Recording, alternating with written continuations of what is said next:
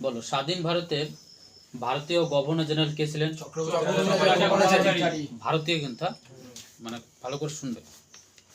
দ্বিতীয় কোশ্চেন বলো, সংবিধান সংসদের সভাপতি?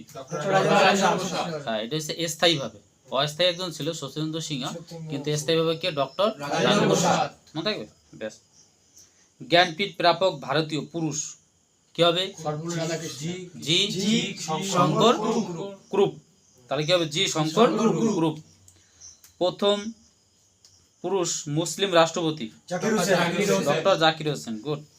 স্বাধীন ভারতের শিক্ষামন্ত্রী প্রথম? মৌলানা আব্দুল কালাম আজাদ। আর স্বাধীন ভারতের প্রধানমন্ত্রী? আর স্বাধীন ভারতের উপরাষ্ট্রপতি? গুড, সাব্বাস। পরমবীর চক্র প্রাপক প্রথম? মেজর